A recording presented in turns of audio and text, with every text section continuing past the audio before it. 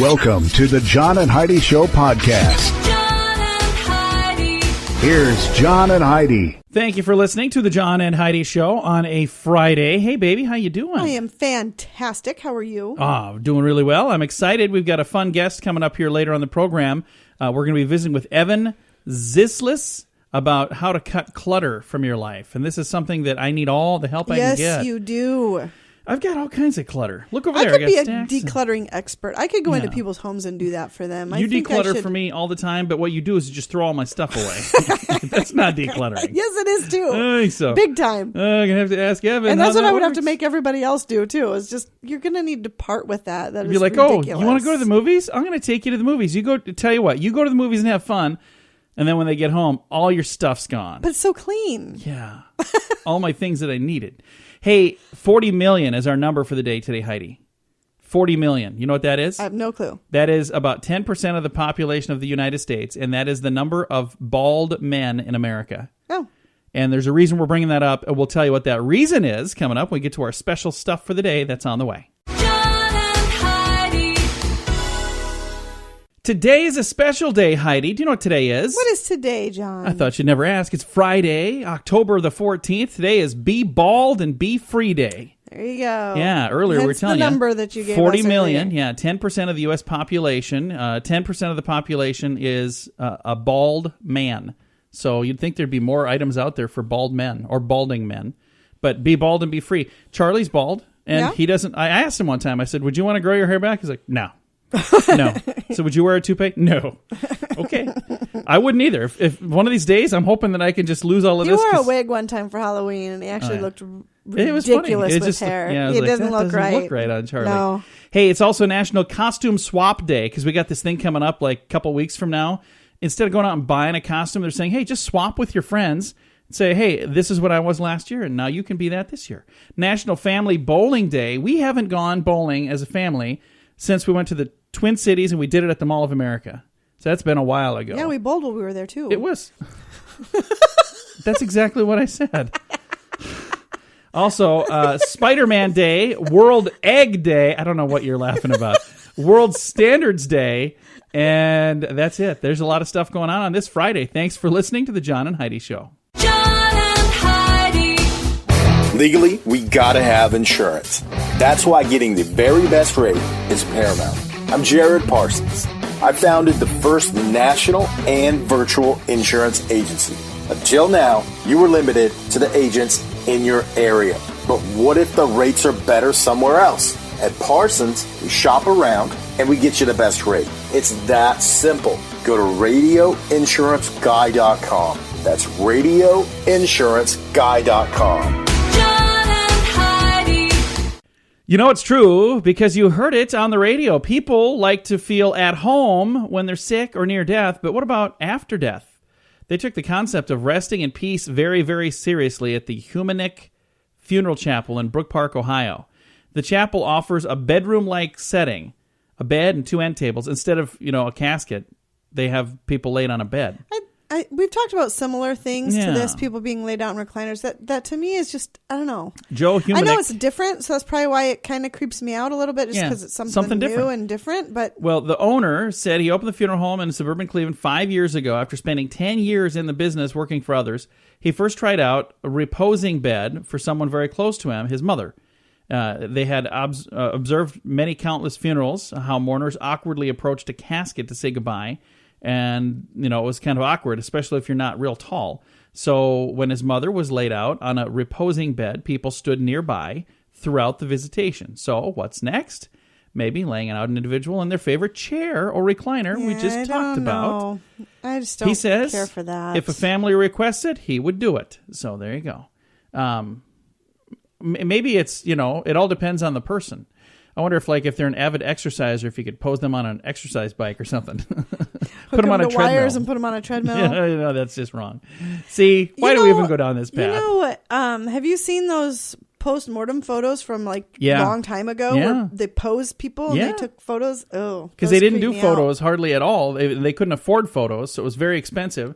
But if somebody would pass away, they would say, well, let's get a photo while we still have the body. Oh. So it'd be, here's the family and dead grandma. I'm like, why would you want to do that? It's creepy. It's creepy now. Back then it was normal. Just like, someday people are going to go, so you had him in a coffin?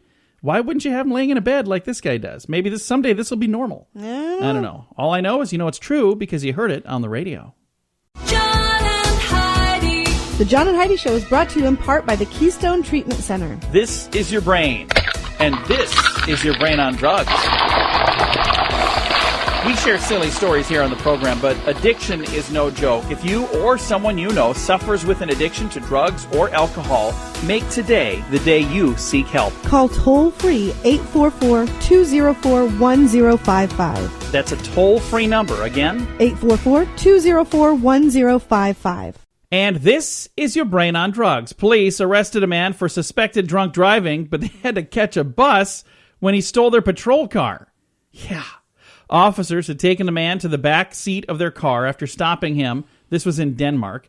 But the man drove off in the vehicle, and they had to take off. They were having an argument between his friends. Officers had to catch a bus to pick up another police vehicle.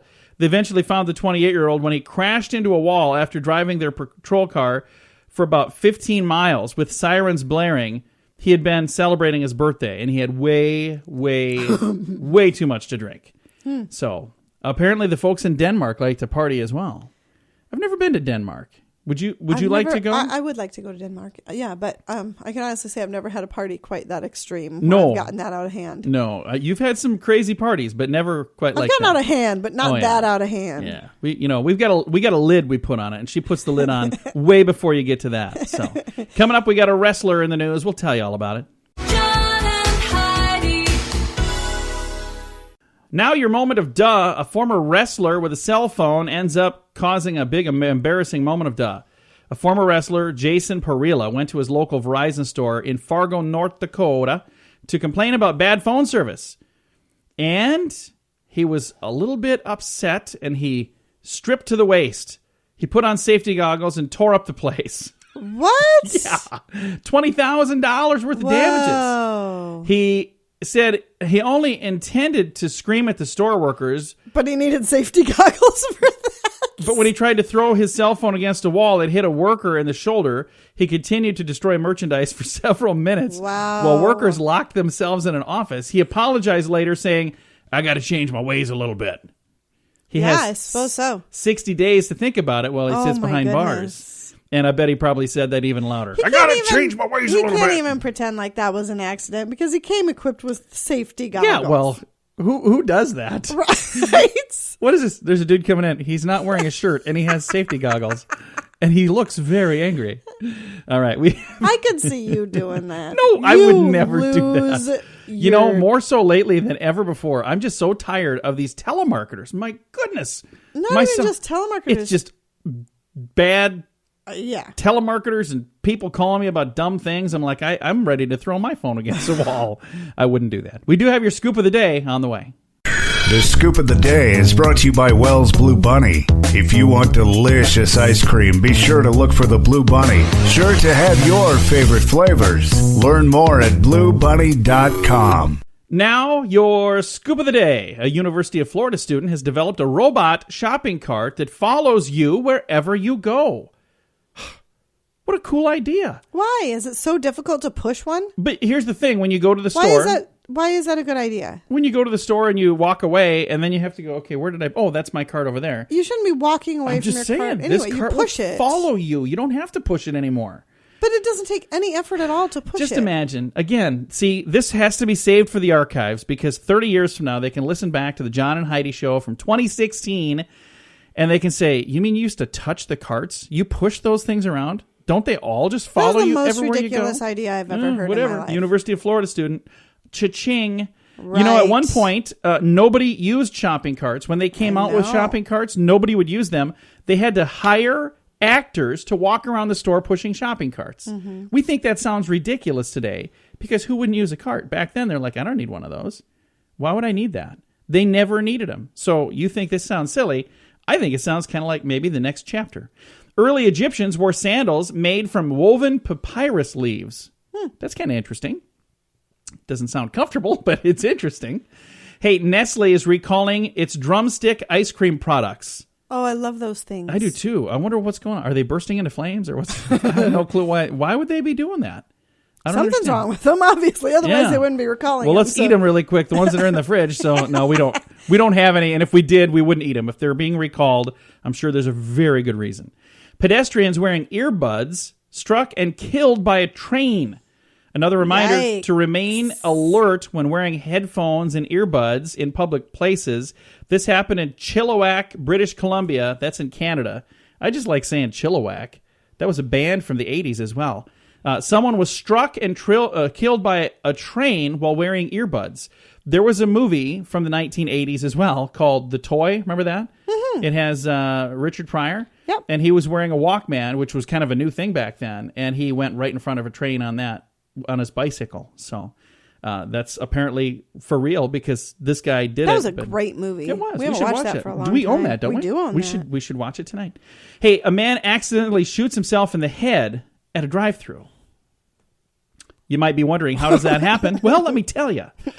While at the drive-thru of a St. Louis Steak and Shake, a man accidentally shot himself in the head. He survived and was taken to a hospital in stable condition. Investigators did not say how he accidentally shot himself in the head. Was he trying to rob the place? No, he was going through to get some food, and apparently With decided his gun in his hand? I don't know what he was thinking. They didn't say. I'm really at a certain point, I don't want to know what he was up to. Wow. I can tell you this much: he was not being a safe gun owner. I can tell you that. No, he was No, not even close. Billy Joel recently had to have some surgery, Heidi. Okay. And he's recovering fine. Billy Joel, he was a musician. He still is a musician, but he was like huge musician in the 70s and 80s and even had some stuff in the 90s. He was forced to postpone his September concert at New York's Madison Square Garden because of his sinus surgery. And he said, "This is something I should have done a long time ago." He had a deviated septum, and he was having a lot of nosebleeding issues and was starting to become quite a concern. So he finally just I wonder said... if that's going to change the way he sounds. I don't know. I think, let's take a listen. Here he is singing Piano Man. Sing us a song, you're the piano man. Oh my gosh, you're so lame. It's the only song I could think of. So Wonder if when the doctor saw him, he said, "Man, what are you doing here?" that's a John joke. You can't That use is a my John kind of joke. jokes. But your John joke bombed so badly, I thought I might try to bail you out. Oh, I appreciate it too. Thank you. Thank you so much, Heidi. And thank you for listening to the John and Heidi Show. This has been your Scoop of the Day. John and Heidi. Election day is almost here. No matter which side you're rooting for, you now have a place to get informed and to truly voice your opinion at PoliticalStorm.com. An amazing resource with information from people on both sides of the aisle all in one place. Watch videos, read blogs, listen to podcasts like mine, and read fun editorials. You can also contribute with your own blog for free. Be a part of the community at PoliticalStorm.com. You have a choice, and now you have a voice too at PoliticalStorm.com. That's PoliticalStorm.com. John and Heidi. Thank you so much for listening to the John and Heidi Show. We got a special guest joining us today. We have Evan Zislis, and we're going to be talking about living in a clutter-free world and how much better things would be if we didn't have all this clutter. First of all, let's say hello to Evan. How are you, sir? I'm great, John. Thanks for having me on the show. Glad to have you on the program. You're an organizational expert, so you help people get things organized. How long have you been doing that? I'm in my 5th year, and boy, I tell you what, I've seen everything. And how does one get into that kind of career? How do you go into doing that to help people declutter and whatnot? You know, that's a good question. I started out as a teacher, and I kind of fell into the world, it is a vast world of the Aspen Valley nonprofits, and I did that for about a dozen years. And in my last position, I knew it was an interim position, and I got laid off at the end of the year, and I knew it was coming, and I had to figure out what I was going to do pretty quick. And I figured this was the only thing I was good at. And I started, playing around with it. And before I knew it, I had a practice and a following and a best-selling book. And here we are. And the book is called ClutterFree Revolution. We're going to talk about that in a bit. But looking at the details that I got in front of me here, it says that there are 300,000 items in the average American home. So if I'm a pack rat, I got way more than that. And it says the average typical American spends $1,700 on clothes every year, and they throw away 65 pounds of clothes every year. So we're not making good choices as a country, really, overall. When you look at some of the statistics here, what can people do to maybe make better choices to save themselves money and live that decluttered life? You know, the first thing that we can do is get informed about where those things come from and about what industries we're inadvertently supporting and directly perpetuating with our choices. So if we can just get informed, we would stop a lot of the things that are part of the problem. So, for example, when you go to the store and you see something on sale and it seems like a great deal, really stopping and asking yourself, do I really need this? Is the first question. Do I really need this? If we can just need less in general, we'd all be a whole lot better off. The second thing that I like to recommend people do is ask themselves, where did this thing come from? What was it made out of? Who made it? Under what conditions? Was this something that is made with known carcinogenic chemicals that were leached into the local groundwater at the factory level? Was there slave wage conditions that some teenager had to endure in Malaysia somewhere so that I could get the shirt for $8? So where is this thing going to go when I'm finished with it? Those kinds of questions really help to frame the conversation. And I know there have been times where, we'll go into a store to get one specific thing and we leave with a bunch of other things because, like you just said, you walk in, you see things that are on sale, you're like, wow, what a great deal. If it's not something you need, you don't need it, even if it is a great deal, because what kind of great deal is it if you don't even need it and you don't even use it? It's funny that we're even talking about this, but truthfully, it's not even all of our fault. And I say that because we've literally been brainwashed for generations. We've been preconditioned to believe that if something is for sale or on sale, it's good for us and that it will bring some measure of happiness. And it's a lie.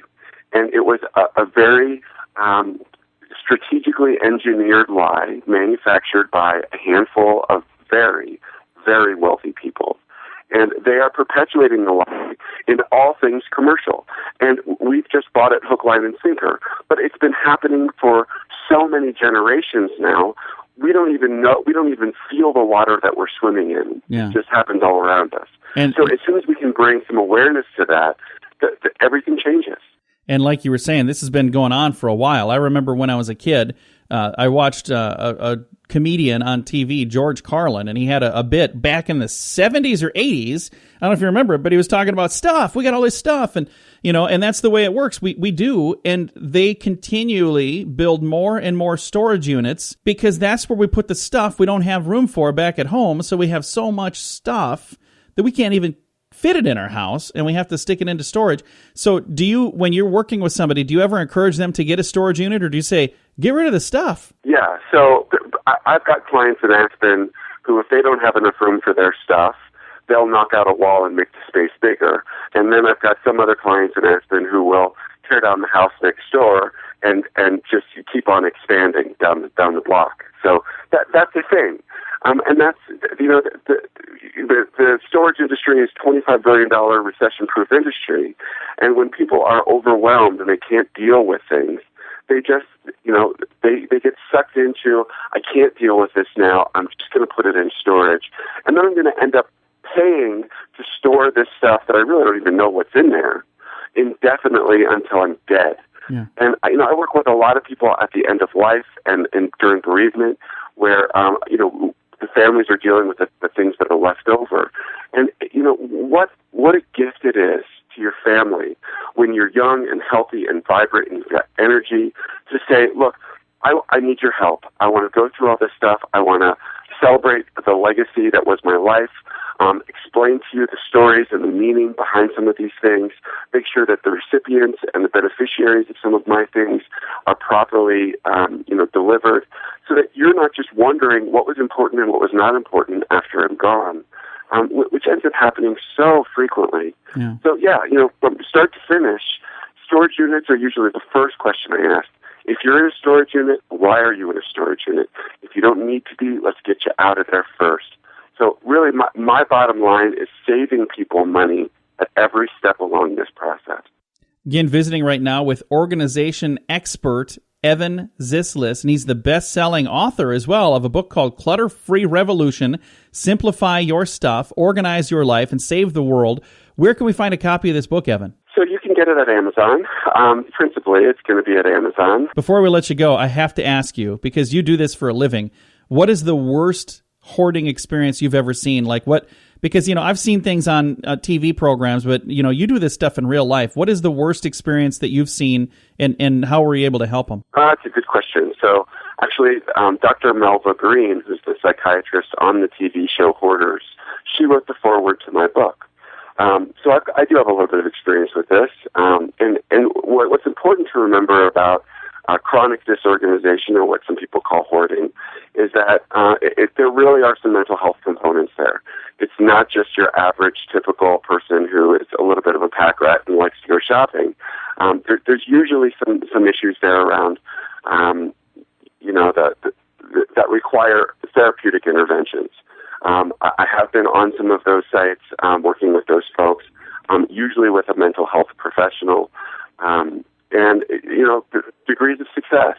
So it really just depends on each case and what the underlying issues are for those people. And because it's health and human service oriented, it's not terribly nice to glorify it and sensationalize it. No, I understand. I try to be sensitive when those things come up, for sure. Oh, definitely.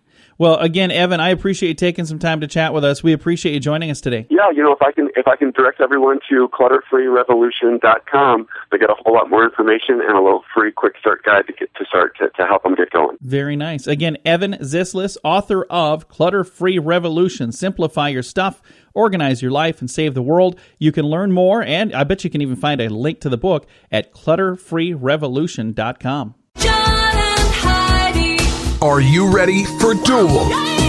Kyle Dowling on guitar, Brett Gunderson on bass, Sam DeVito on drums, and frontman Duel Shape. Gotta keep rocking, gotta keep sucking, bringing it down like rain. Duel's new single just hit iTunes and it's selling fast. Get your copy now. You're not contained, then you feel no pain. Supernova gonna get you too. Their first single, Supernova, is available now for less than $1. Learn more and find a direct link to buy Supernova at facebook.com/DuelRocks. Fun fact for you, Heidi. What's that, John? David Letterman used to be a weatherman. Did you know that? I did know that. He was a weatherman for a TV station. I read a book where he said that he would goof around in like two communities. He would say New York 65, Newark 66, close game there. But it was towns that were in his area. That's hilarious. Yeah. A group of leopards. What would you call a group of leopards? I have A leap. A leap of leopards. A leap yeah, of that's what it leopards. is. I did not know that. Fun fact for you, Heidi. What's that, John? Blip is the skin that peels off after a bad sunburn. Now you know what it is. Blip? BLYPE. Would that be blipe? Blip? Whatever it is. I don't know. Fun fact for you, Heidi. What's that, John? Captain Kirk's Enterprise crew had 430. How many did Captain Picard have? I don't know, but Picard was way cooler. Oh, you probably just picked a fight with I somebody. probably did. Captain Picard had about 3 times as many. 430 for Captain Kirk. 1,012 for Captain Picard. And our final fun fact for you, Heidi. What's that, John? The 19th president of the United States of America, Rutherford Burchard Hayes, became president by a margin of 1 electoral vote. Really? Yeah, so for those of you who say my vote doesn't matter, well, there you go. It did for him. Thanks for listening. That's a couple of fun facts for you on a Friday. Legally, we gotta have insurance. That's why getting the very best rate is paramount. I'm Jared Parsons. I founded the first national and virtual insurance agency.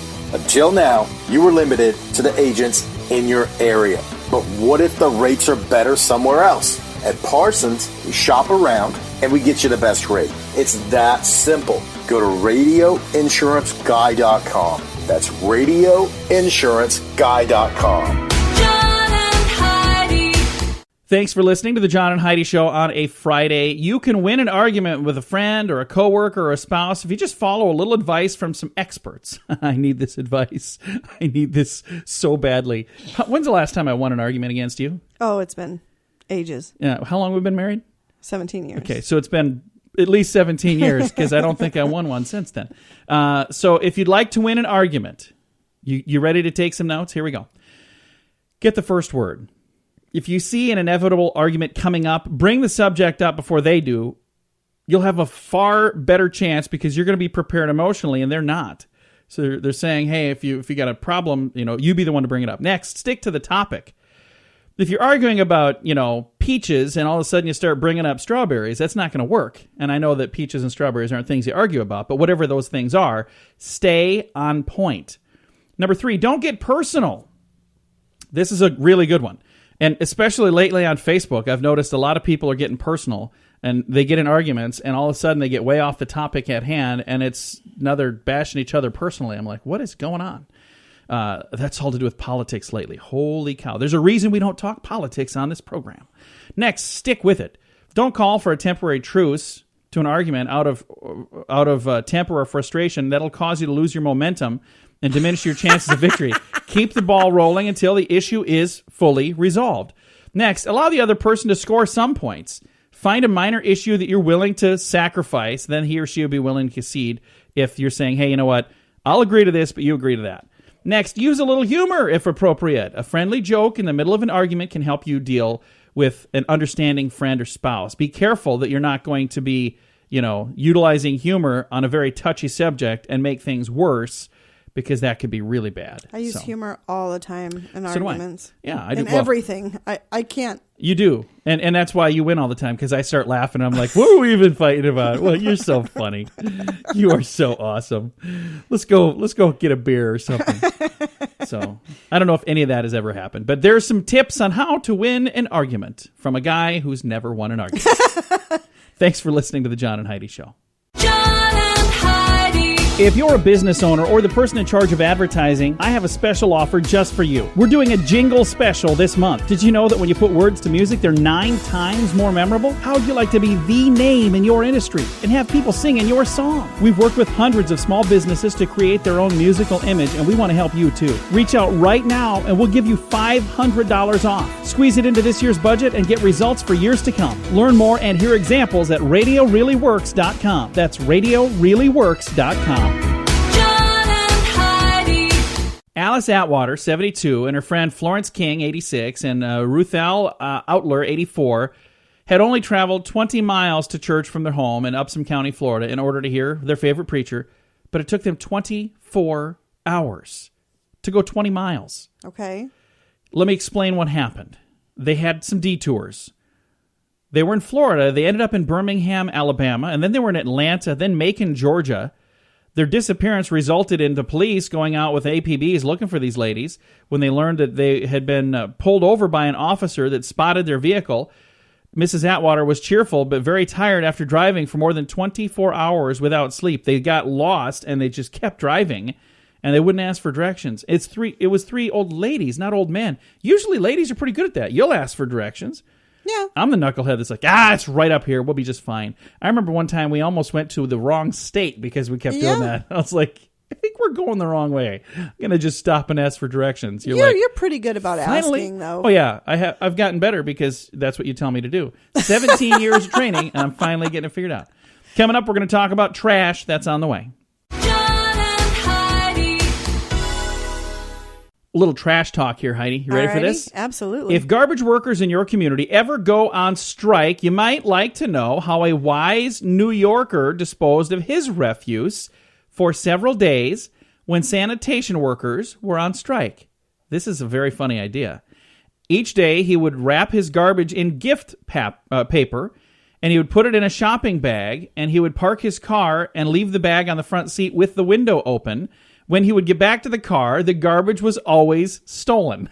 We've talked about this man before. That's hilarious. I think that is a great idea. Such a great idea. Somebody walking by, they're like, oh, whoa, look at that. There's a package in there. Grab it, quick. Let's run. What'd you get? A bunch of eggshells and some banana peels. That's what I got last week, too. That is a good idea. I remember reading about somebody who packaged up their garbage and mailed it to the people that were in charge of the strike. Yeah, so they got I remember that. Boxes every day. They would get boxes of garbage that were delivered to them. So there's another way to do it. Coming up, we're going to talk about a lady that patented herself. Yeah, that's on the way. John Election day is almost here. No matter which side you're rooting for, you now have a place to get informed and to truly voice your opinion at PoliticalStorm.com. An amazing resource with information from people on both sides of the aisle, all in one place. Watch videos, read blogs, listen to podcasts like mine, and read fun editorials. You can also contribute with your own blog for free. Be a part of the community at PoliticalStorm.com. You have a choice, and now you have a voice too at PoliticalStorm.com. That's PoliticalStorm.com.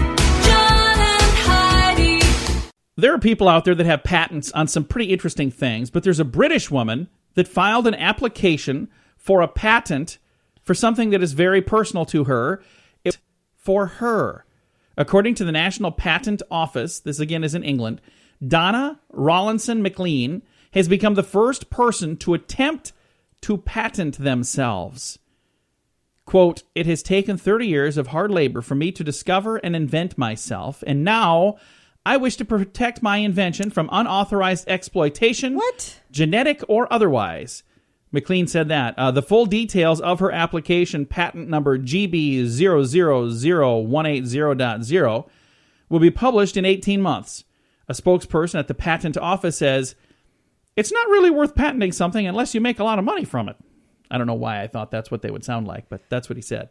Well, there's no sense in patenting yourself anyway. Nobody is going to ever be just like you. So she's saying genetically or otherwise, so she's saying she doesn't want someone to clone her. Oh, yeah.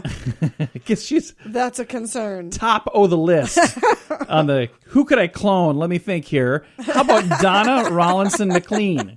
Who? Exactly.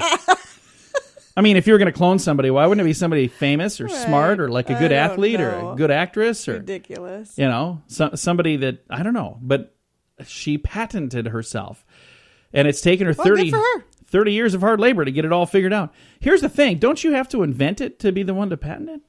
Can I patent somebody else's invention? Maybe I can. I don't know how that works because she didn't invent herself. Couldn't her mom be the one that said, "Hey"? So I wonder if we could patent our children. There you go. And then we could tell them that they couldn't do certain things because we literally own them. I own the rights to we you. own the so rights no, you to can't. them, so they can't do certain things. Heidi, you are devious. I sure hope you don't try doing that with me. She's my wife, by the way. She owns me. Coming up, we've got some good news. That is on the way. This portion of the John and Heidi Show is brought to you by the John and Heidi Show. That sounds kind of funny, but it's true. Go to your local radio station and ask them to start carrying the John and Heidi Show. Here's the best part. They can carry the show for free. They play a couple commercials, but it doesn't cost them anything every month. So if you know a radio station that could use a little bit of help, send them our way. Send them to johnandheidishow.com.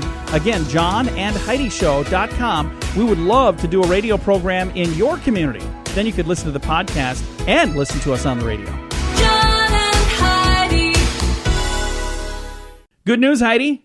What's that, John? It's Friday. And it is Friday. This is our final break. You know what that means? That means it's almost time for the weekend. She's already got all her stuff packed up, 1 foot out the door. And I have to apologize because this is not the best good news, but it is good news. But I really probably should have found better good news because it's not the goodest good news of all. Okay. I'll read it to you, though. It says, this is something that most people probably already know. That's why I'm saying I kind of feel like I'm ripping everyone off. But it's almost time to leave. So, hey, when you're hungry, you should honor your body and eat, right? Yes. If you're really hungry. First, you have to drink some water. Make sure you're really hungry. You might just be thirsty. You want to do this, or you want me to read the story? Sorry, go ahead. Okay. Let's say you have dinner around 6 p.m. I thought this was the John and Heidi show. I didn't know it was just the John show. So I'm trying to do the good news. You're just trying to flower up the news and make it better? That news got gooder all the way through. I do know that gooder's not a word. I don't need to be. I'm just being silly. All right. Anyway, so if you have dinner around 6 and then it's like 9 o'clock and you're getting ready to call it a night, but you're kind of hungry and you go, I'm going to have some of those leftovers. You'll fill up, but you'll put yourself in a much-needed food coma to knock you out for hours, and then you're going to wake up feeling refreshed, right? Well, that all sounds great, but there's an elephant in the room, weight gain.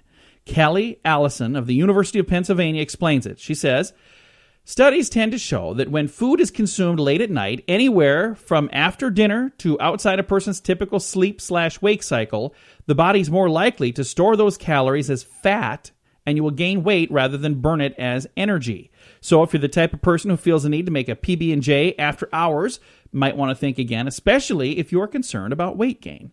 So saying having that late night snack is not good for you. Who didn't know this? Right. I mean, did you guys just have money to burn? Yes. At the University of Pennsylvania, you're like, we got to do a study. What should we do it on? I like to eat food late at night. Can I do a study about that? I mean, I'm not exactly sure how they do these things. If you weren't meant to eat late at night, there would not be a light in the refrigerator. I know. See, exactly. My point, exactly. We should take the light out of our refrigerator. All right. Time to say goodbye, Heidi. Goodbye, Heidi. Goodbye, everybody. Thanks for listening. That's, like I said, not the best good news, but I'll make up for it next week. How's that sound? We'll have really good news. Thanks for listening to the John and Heidi Show on a Friday.